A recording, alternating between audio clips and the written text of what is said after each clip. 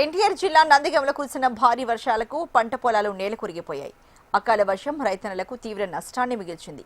కంచుకుచర్ల మండలం గుట్టుముక్కల గ్రామాల్లో అరటి, బొప్పాయి, మునగ, మొక్కజొన్న పంటలు నేలకూలాయి.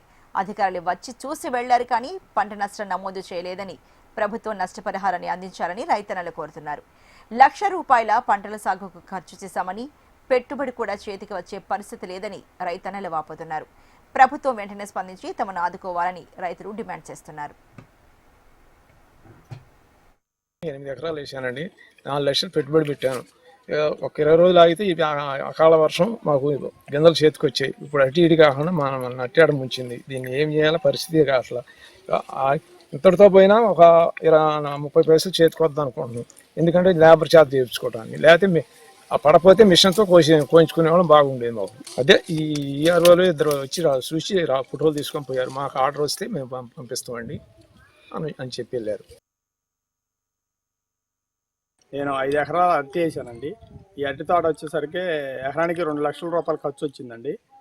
ఇది వచ్చేసరికి మనకి గళ్ళ బాత్యం ఒక గడకు వచ్చేసరికి ₹120 ఖర్చు వచ్చిందండి. బాతినందుకు కానీ కొనుగోలు కానీ ఇది పంట బాగా అకాల వర్షానికి గాలి దుమ్ముకి బాగా దెబ్బతినిపోయింది. వర్షానికి బాగా మొత్తం అంతా డ్యామేజ్ అయిపోయింది. ఇది వచ్చేసరికి గెల ₹270 మేము రేపు మన ఉగాది పండగకి వస్తామన్నారు. బేరం ఇచ్చామండి. ₹270 చేసి ఆయన ఇక తిరిగి కూడా చూడలేదండి.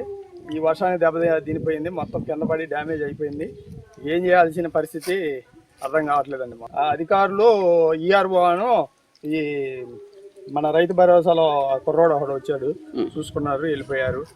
అధికారులు వచ్చి రాసుకొని వెళ్ళిపోయారండి. అరటి తోట ఇవన్నీ ఈ క్రాప్ అది చేసామండి మేము. పొలం కూడా కొత్తగా ఈ సంవత్సరం వేసామండి మేము అరటి. అంతకుముందు ఎప్పుడు వేయలేదు. మాకు చాలా ఖర్చు అయింది. సుమారు అండి ఇప్పుడు 5 రోజులు ₹10 లక్షలు పెట్టామండి మేము పెట్టుబడి. దీంట్లో రూపాయి తీసుకోలేదండి ఇప్పటివరకు.